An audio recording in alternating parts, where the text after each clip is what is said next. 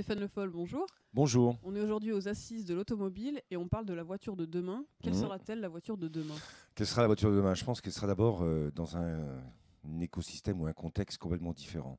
Il va falloir la penser, la voiture de demain, avec les distances qu'il va falloir imaginer entre l'urbain, le rural, le périrural, le périurbain. Elle ne sera pas réfléchie toute seule. Deuxièmement, la voiture, c'est aussi un élément de sociologie. Qu'est-ce qui va rester de l'attachement des Français à l'objet, à cet achat qui a toujours été un achat quand même pas banal. On achète une voiture, c'est comme une maison, c'est quelque chose qui prend du temps. Puis le troisième point, c'est bien sûr qu'elle va vivre une révolution technique, technologique. On n'aura pas les mêmes moteurs demain. Et c'est vrai que le passage du moteur thermique à des moteurs électriques ou hydrogène est un vrai changement qui nécessite qu'aujourd'hui, on soit capable de poser les bases de l'industrie automobile de demain. Donc c'est tout ce débat avec des mobilités, des autonomies dans la mobilité. Donc en fait, ce que je pense, c'est que les assises de l'automobile, c'est une manière de revisiter ces trois grands champs de réflexion autour de l'automobile. Quelle sociologie de l'automobile, quelle infrastructure et quelle organisation du territoire demain pour l'automobile, limiter à la fois les distances, limiter les coûts, et puis qu'est-ce qui va se passer dans l'industrie automobile avec les nouvelles technologies. Et quel rôle joue la collectivité de Le Mans Métropole sur cette question? La collectivité joue un rôle d'anticipation. Donc on anticipe sur la question d'hydrogène, on participe avec la CO et la région à la mise en place d'une station hydrogène. J'ai obtenu le fait que Le Mans, ville de plus de 100 000 habitants, et la métropole de plus de 200 000 habitants, ait le premier bus à hydrogène en France en 2019. Et ça, c'est un point très important.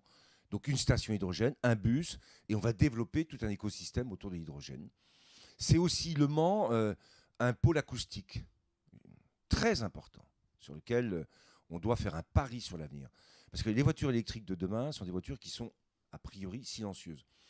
Qu'est-ce qui va se passer autour de ce silence? Comment on va gérer le fait qu'une voiture, aussi, il faut l'entendre pour éviter d'être écrasé? Tout ça, c'est des sujets qui font qu'il y a un grand travail sur l'acoustique.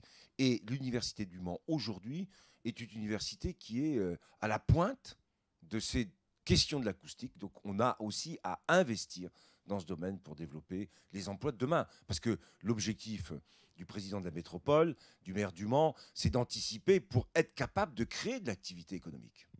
Donc on continue à créer de l'activité économique par le secteur automobile, ça c'est normal pour une collectivité, mais en même temps il y a aussi une transition écologique qu'il faut amorcer, qui est d'urgence. Qui est une urgence absolue.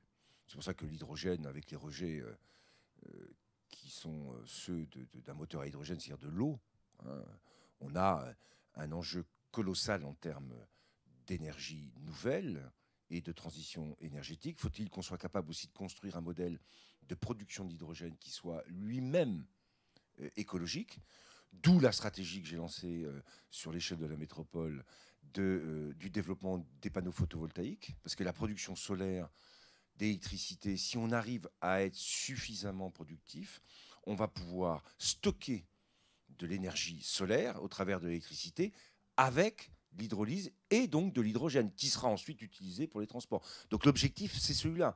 Donc on pense notre modèle et notre développement à l'échelle du territoire avec ces connexions entre le développement des énergies renouvelables, le développement de l'hydrogène en tant que mobilité et le lien entre les deux. Merci beaucoup. Merci beaucoup.